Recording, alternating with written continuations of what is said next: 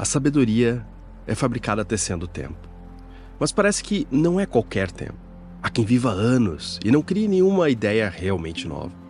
Enquanto há outras existências que, em poucas voltas no relógio, nos apresentam tramas que nos transformam, nos despertam, nos inspiram. Parece que depende da velocidade que as coisas acontecem na vida, dos fios de ideias que se tem disponíveis na hora para incorporar e algumas coisas que são inatas e que a gente não sabe dizer exatamente o que é. A entrevistada de hoje ainda não tem 30 anos e já foi a mais jovem brasileira a navegar da França ao Brasil em solitário. Aliás, em veleiro que custou o preço de uma bicicleta na Dinamarca. Já escreveu 4 livros e recentemente voltou de uma invernada em um veleiro na Groenlândia, onde passou 8 meses em fiord congelado. Caiu na água e quase morreu congelada, conheceu um pouco da cultura inuit e está aqui hoje para contar um pouquinho do que aprendeu. É uma daquelas entrevistas que te desperta algo diferente, quase um sonho. Entra aí em alguns lugares da alma que você não visita sempre. Oi, Adriano. Oi, pessoal do Sal. Prazer estar aqui de novo. Faço aniversário sempre aqui nesse canal. Eu sinto que assim, é o lugar que eu faço minha linha do tempo aqui. Pô, Tamara, que prazer ter você aqui de volta. Pô, você é uma das pessoas que mais apareceram aqui, né? E, pô, é sempre um prazer e sempre é um papo muito legal, muito bacana. E eu fico feliz, assim, de ver também, como todos os que te assistem, né, a tua evolução como navegadora, como mulher, como, né, e eu queria saber, assim, ó, de 2018, que é a primeira vez que você apareceu aqui, pra cá, o que mudou? De 2018 pra cá, em mim nada. O que mais mudou tá fora de mim, é como os outros me veem. Eu me sinto a mesma pessoa, eu gosto das mesmas coisas que eu já gostava, eu faço as mesmas coisas, só que agora um monte de gente que não me dava corda me leva a sério, e um monte de livros que ninguém lia, e textos que eu tinha escrito, agora as pessoas leem e copiam, mas em mim, eu diria que nada. Não, mas vou fazer uma provocação aqui, ó.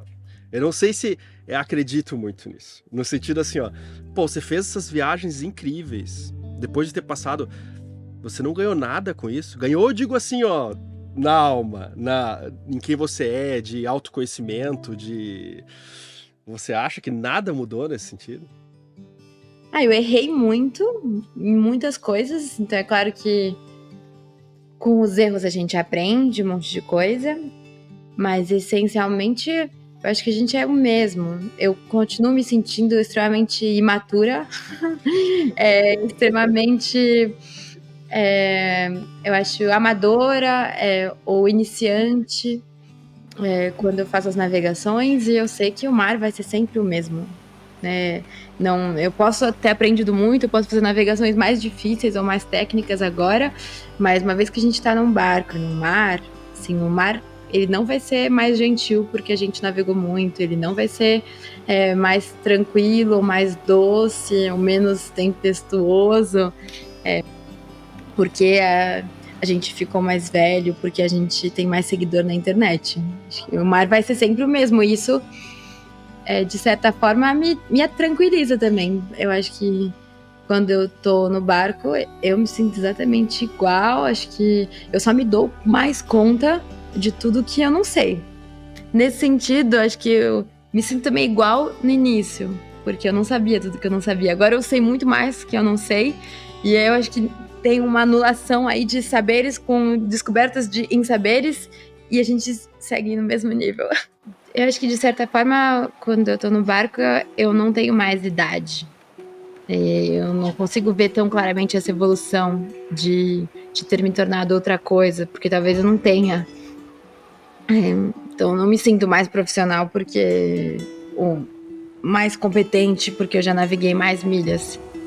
Eu acho que eu tô sempre igual. E quando a gente volta pra Terra, parece que ao redor tem uma áurea, assim, do que as pessoas imaginam que é navegar, e o que é o que a gente viveu, que é muito diferente da nossa memória sobre aquela experiência, ou sobre como a gente se sente em relação ao barco.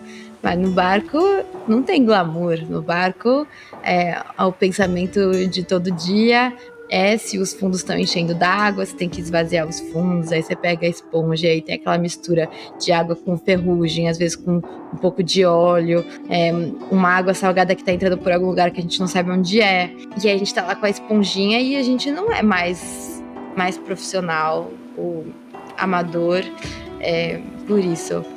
Também na hora que a gente tá vai navegando e aí a gente dorme em períodos curtos, e a gente fica muito cansado quando a gente tá enjoado no bar.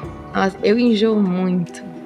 E aí não tem nenhum glamour, não tem nenhum distintivo, você não se sente melhor, você não olha pra trás e fala assim, olha quanto eu melhorei. Não, você só tá ali tentando existir, fazer o barco andar o melhor que ele puder e tentar sobreviver, e se manter amarrado, lembrar de todos os protocolos de segurança, dos equipamentos funcionando, as baterias ok, e aí você fica nesses checks eternos, que você nem é humano, você é só uma alma tentando servir a alma do barco e o corpo do barco.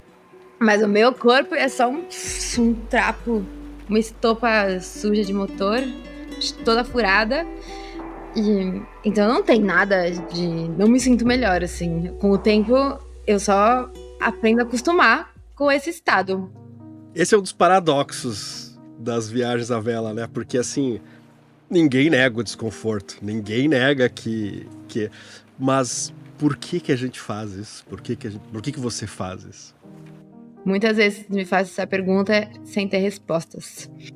A hipótese que eu tenho hoje para responder isso é que o fato de ter um plano com um destino muito definido, um objetivo que é percorrer uma distância de A até B em segurança, e se possível no tempo mais curto que for, ou tendo o máximo de prazer que der, faz com que eu seja obrigada a ser muito melhor em tudo que eu sou. Então, quando eu tô no porto, eu sou obrigada a aprender um monte de coisas que eu não esperava e nem tinha vontade de ter que aprender. Tipo, aprender mais sobre as cartas do lugar, estudar mais as rotas, estudar mais meteorologia, estudar mais como é que eu prevejo o tempo a partir das nuvens no céu. Eu tenho que aprender a reparar as minhas peças, os meus equipamentos, um monte de coisas que eu não esperava ter que aprender e que eu nunca aprenderia se não fosse esse objetivo muito claro. Eu tenho que conhecer pessoas, conversar com pessoas com quem eu jamais teria coragem de conversar ou de ir atrás se não fosse por isso. Então, ter esse plano da navegação é algo que me exige tanto que às vezes eu até acho que eu nem precisaria fazer a navegação para que o projeto já tivesse valido a pena. Não sei, eu acho que a gente parte porque talvez o maior troféu que a gente pode receber por ter terminado uma preparação é ter vivido a viagem para a qual a gente se preparou. Também é a melhor maneira de agradecer todas as pessoas que ajudaram a gente a chegar lá, porque foi para isso que elas envolveram energia, porque o fato da gente fazer esse gesto, que no final é muito simples de ser feito, e a navegação é a parte mais simples de qualquer projeto de navegação, isso é algo que desperta o imaginário das pessoas, desperta desejos nos outros, e isso se expande para outras vidas que vão além da nossa. Acho que tem isso. Agora, tem momentos muito felizes, assim, às vezes você tá lá com os golfinhos vendo o pôr do sol, você fala assim, nossa, todo o sofrimento valeu a pena só por esses minutos aqui, com essa luz incrível, com esse sol brilhando no barco, sendo refletido pelas ondas, com esses peixes voadores, às vezes umas nuvens diferentes no céu, ver as estrelas que a gente nunca vê em terra e pensar, uau, parece que o mundo é o meu barco. E você começa a se perguntar, será que a Terra ainda existe? Ou será que se a Terra vai existir do outro lado? Ou, de repente, a Terra pode ter desaparecido e se eu ficar navegando por dias e dias e meses, enfim, eu não vou chegar em Terra nunca e eu vou estar só num mar debaixo desse céu cheio de estrelas. E aí começar a ver as constelações e identificar o que muda de um dia para outro, de uma latitude para outra. Isso é muito incrível. E pensar que os navegadores portugueses, os indígenas do Brasil, eles viram esse céu. Os caras que estavam fazendo as pinturas rupestres viram esse céu. Os primeiros humanos neandertais também viram esse céu. Isso é muito incrível, de poder, de repente, ter só uma poeira espacial. Quando a gente decide fazer um projeto muito ambicioso, em certa medida, o projeto já vale só pelo fato da gente ter que ser mais e ter que ser melhor para conseguir chegar lá. Eu acho que ao longo do processo eu aprendi tantas coisas que, se por acaso a viagem desse errado e eu não saísse do Porto nunca, já teria valido a pena por tudo que eu aprendi. Eu sinto assim que uma viagem se isolando bastante, que nem você usou, né? Tipo, tem uma coisa assim meio de museu do pensamento humano, assim, deixa eu explicar, no sentido assim, ó, eu gostava bastante de não ter internet às vezes, nas minhas travessias que são mais costeiras aqui, né? Quando eu comprei Starlink, e eu não tinha feito suporte pra ela, usava amarrado ali e tal, assim, né? Eu fiz uma viagem de 2 dias, assim, e aí não usei, né? Tava meio amarrado lá na proa e tal. E aí eu me toquei, cara, será que é a última viagem que eu faço que não tem esse momento sem internet, assim, que agora tá tudo... claro, dá pra não ter. Você optou, por exemplo, por não ter, assim, né? Lá, né? Mas é uma forma de pensar, é o que eu quero falar com o museu, assim, tipo, de estar isolado realmente lá na Groenlândia, sem essa comunicação toda, te dá uma percepção, um momento, uma experiência ali, que é muito rara hoje, mas que era comum antes. Até o começo do inverno eu tinha deixado essa opção em aberto, não a opção de ter Starlinks, não foi uma opção. Foi, mas que eu recusei. Mas eu tinha um aparelho Iridium no barco, e aí eu podia enviar mensagens por e-mail. E eu podia fazer ligações de emergência, né? Tinha lá alguns minutos por mês que estavam inclusos no plano. E aí eu ficava assim, será que eu uso, não uso? No começo eu não queria usar, então eu desliguei o aparelho durante muito tempo. E aí depois eu comecei a achar, sentir que quando eu não escrevia para ninguém, era muito difícil reencontrar as memórias. Porque a gente lembra das coisas associadas a palavras, pelo menos na nossa cultura. Então, o fato de eu não associar as palavras aos acontecimentos fazia com que virasse um grande bolo na minha cabeça e que ficasse, de certa forma, inacessível. Eu não conseguia localizar. Talvez até conseguisse localizar, às vezes, por um cheiro, por uma espécie de visão, mas era muito difícil pesquisar as memórias. E quando eu escrevia só pra mim, porque eu faço vários tipos de diários diferentes, quando eu escrevia só pra mim, eu não me colocava no lugar do outro e eu não descrevia coisas que pareciam óbvias. Tipo, eu não parava pra descrever como era o céu de auroras, porque pra mim parecia muito óbvio como eles eram. Eu não descrevia o gelo, porque parecia muito óbvio como era porque eu tava vendo. E quando eu escrevia pra uma outra pessoa, como por exemplo a Maria, que era a pessoa com quem eu trocava e-mails, ela falava, mas Tamara, não entendo isso. Que quer dizer gelo podre? O que quer dizer gelo empapado?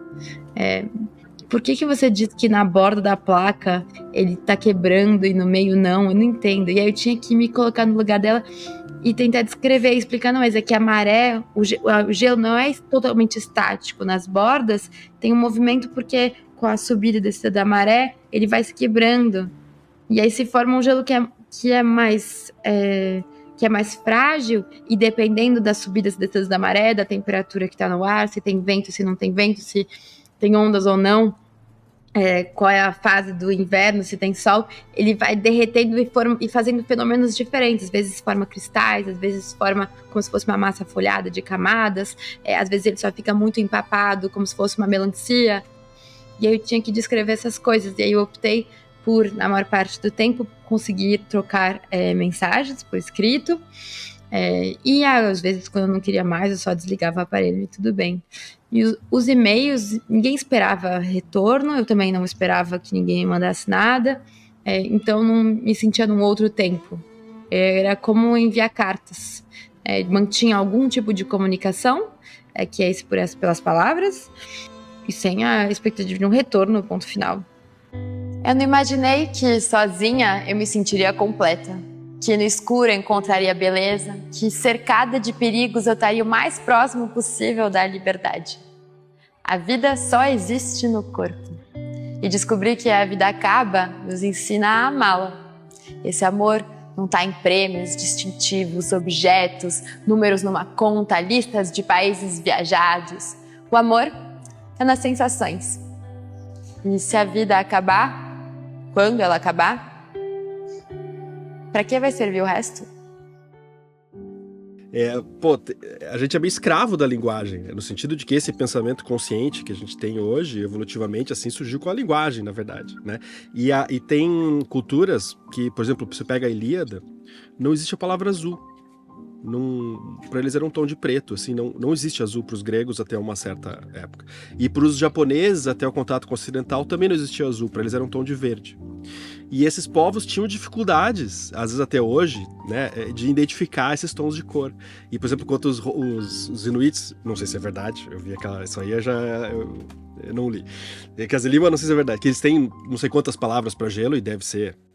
Os inuits, eles têm a palavra siku, que é para gelo, e siku, tudo é siku, né? Todos os tipos de gelo são siku. Iceberg, banquisa, gelo doce salgado, gelo derretendo, é esse siku.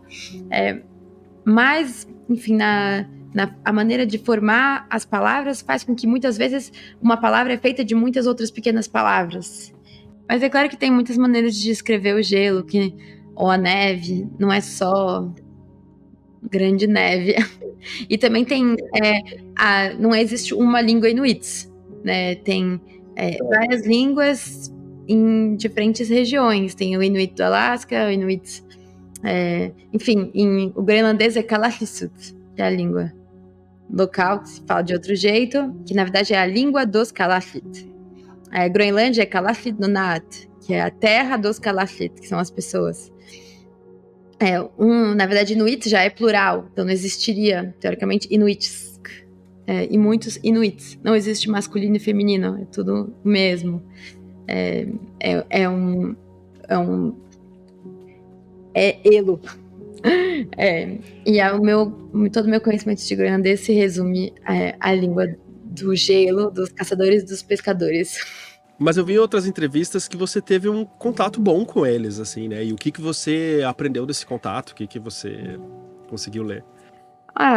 O que eu aprendi eu conheci várias pessoas, principalmente no início, antes de ir pra invernagem, eu pedi muitos conselhos para muita gente. E aí, uma coisa que me surpreendeu muito no início foi que eles não têm uma relação, assim, muito querida sempre com os dinamarqueses, né, que foi o povo ocidental que colonizou a Groenlândia, e a Groenlândia ainda é colônia, né, da Dinamarca. Eles são vistos com uma espécie de desdém ou com um olhar meio pejorativo pelos groenlandeses, que é algo muito similar assim, com o que acontece com os indígenas no Brasil.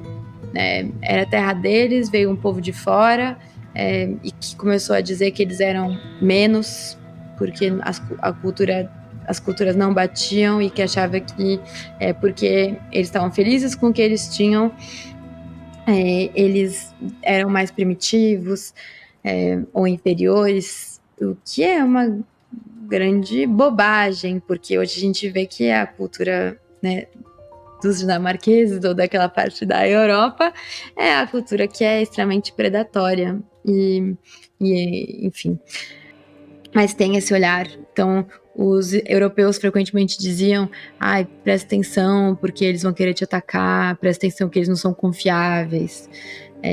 E da parte dos groenlandeses tinha uma espécie de resistência também comigo. Eles me olhavam e falavam assim: você é europeia, porque você é branca, tem um veleiro, você tá aqui de férias, sai do nosso porto, deixa a gente trabalhar, você não vai ser capaz de ficar sozinho no inverno, que você não tem nem os conhecimentos necessários, nem as condições físicas, fica no vilarejo ou vai embora pro seu país.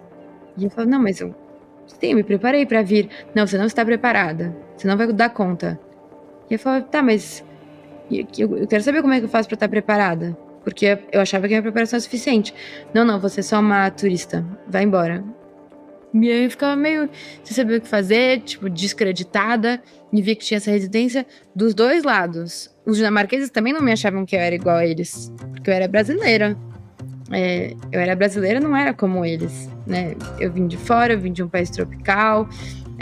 Teoricamente, eu não tinha um papel para estar lá, porque eu não era europeia.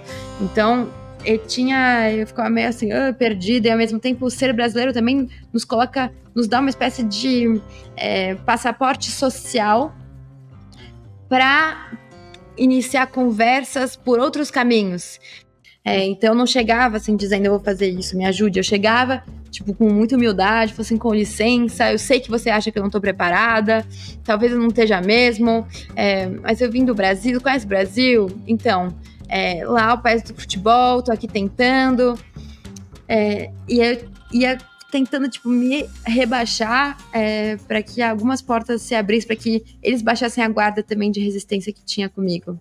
E aí comecei enfim, ter bons vínculos com algumas pessoas, principalmente os marinheiros, né? E algumas mulheres.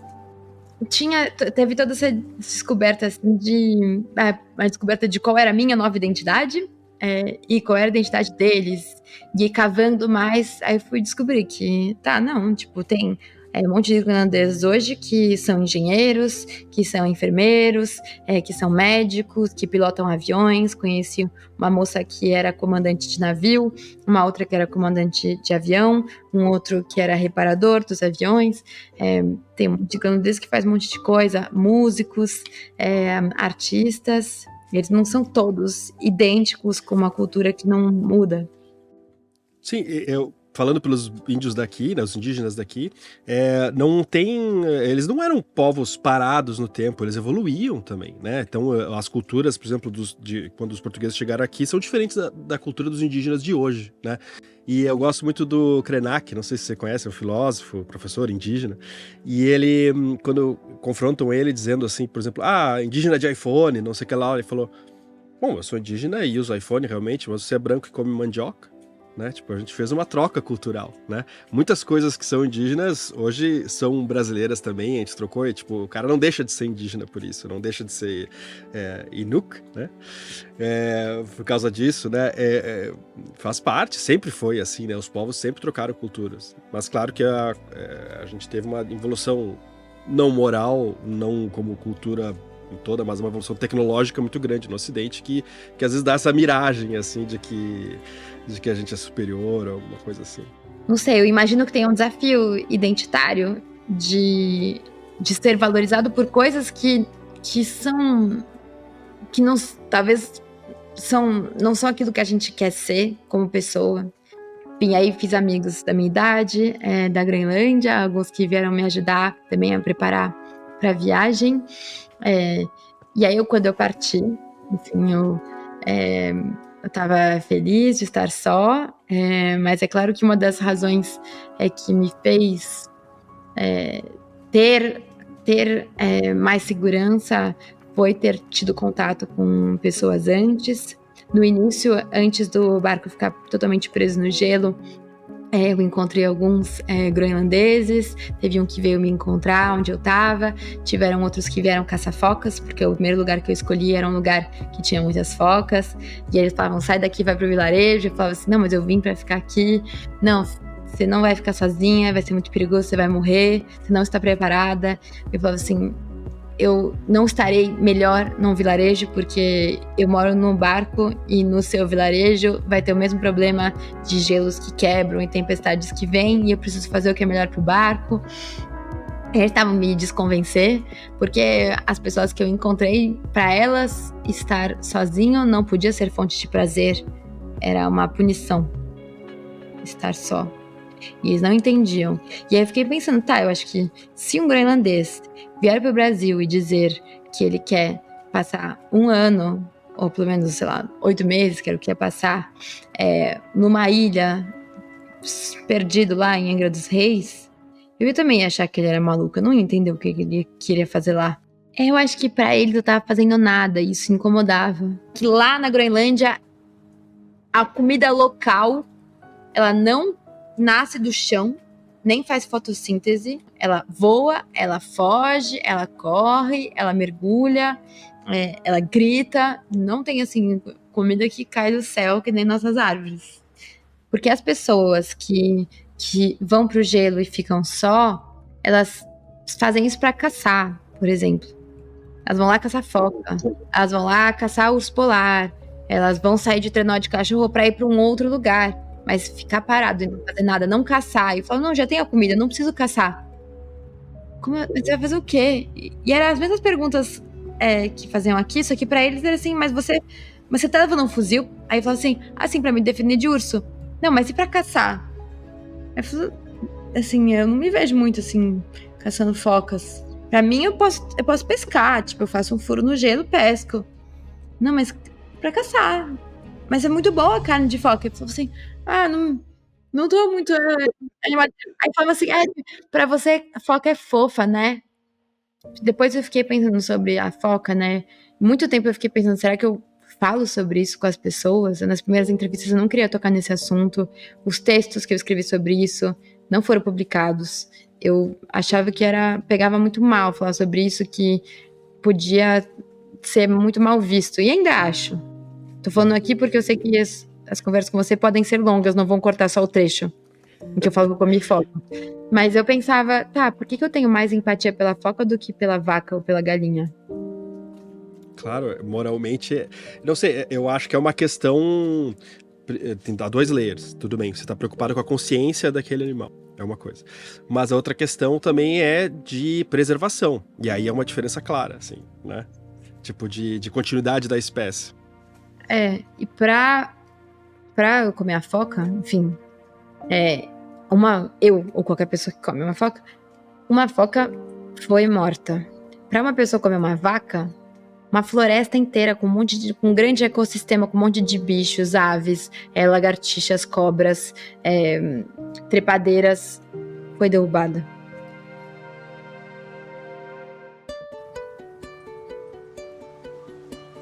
Existe uma sede dentro de cada ser humano para fazer algo de extraordinário. É algo que costuma passar pela mente e às vezes some. Em alguns fica mais tempo. E em outros, infelizmente, essa vontade foi sufocada durante toda a vida. O ato de nos tornar adultos tende a apagar essa angústia na alma, em querer saber o que tem ali na frente, o que aconteceria se eu ligasse o foda-se e jogasse toda a minha energia com o foco de um raio laser num futuro maluco que eu acredito. É um salto arriscado. E quando você já é adulto, já apanhou o suficiente para saber que às vezes as coisas dão errado. E que é preciso planejar, estudar, fazer coisas que você nunca imaginou para chegar lá. O verdadeiro salto, às vezes, nem é a navegação em si, mas o tempo apostado nesse projeto, para se preparar e garantir que nada dê errado. É arriscado. Alguns não aguentam 15 segundos de uma história louca com essa na cabeça. Mas alguns vão. E nos contam depois como foi.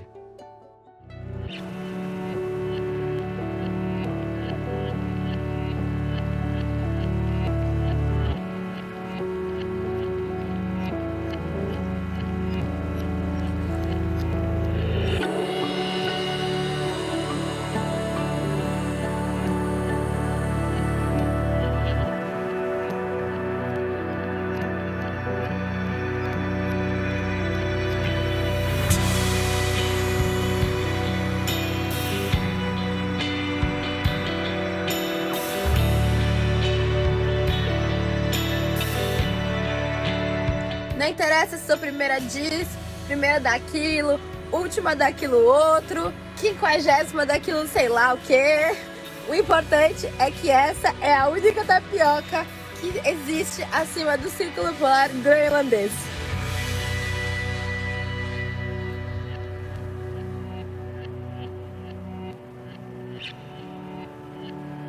Se você gosta do Hashtag Sal, se você gosta do que a gente faz aqui, considere com carinho deixar qualquer quantia pra gente lá na Apoia-se. Um cafezinho, R$10 já ajuda muito a gente, muito mesmo, a fazer o que a gente faz aqui. O canal é mantido e é feito para vocês que apoiam a gente todo mês com alguma coisinha lá.